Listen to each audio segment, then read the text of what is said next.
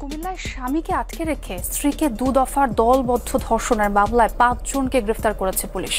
রোববার দিনভর জেলার বিভিন্ন স্থানে অভিযান চালিয়ে আসামিদের গ্রেফতার করা হয়। পুলিশ জানায়, গেল ১৩ মার্চ ভুক্তভোগী স্বামীর সাথে লাকসামে নানা বাড়িতে যায়। পরদিন ভোরে নিজ বাড়িতে ফেরার জন্য লাকসাম বাইপাস মোড় থেকে সিএনজিতে ওঠে। সিএনজি চালক মাসুদ কৌশলে তাদের গন্ডামারা এলাকায় নিয়ে যায়। সেখানে স্বামীকে আটকে রেখে পরিত্যক্ত একটি বাড়িতে নিয়ে দলবদ্ধভাবে স্ত্রীকে ধর্ষণ করে মাসুদ ও আলী। পরিত্যক্ত ওই বাড়িটি উপজেলা আওয়ামী লীগের সাধারণ সম্পাদক মোহাম্মদ আলীর।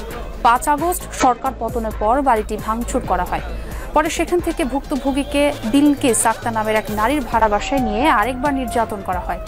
এ ঘটনায় রোববার মামলা হলে ধর্ষণের দায়ে মাসুদ ও আলী এবং ধর্ষণের সহযোগিতার অভিযোগে হৃদয়, আলামিন ও বিলকিসকে গ্রেফতার করে পুলিশ। ওর হাজব্যান্ডকে ওই যে আপনার লালমাই বাগমারা ওখানে করে রাস্তার পাশে নামায় দিয়ে ওর ওয়াইফকে নিয়ে আমাদের ইয়াতে ঢুকে গেছে। লাকসাম ঢুকে ওই যে মন্ত্রী আছে না, মন্ত্রী একটা বাড়িটা তখন পরিত্যক্ত বাড়ি হয়ে গেছে, ওই বাড়িতে নিয়ে ওই যে দুজনে রেপ করছে।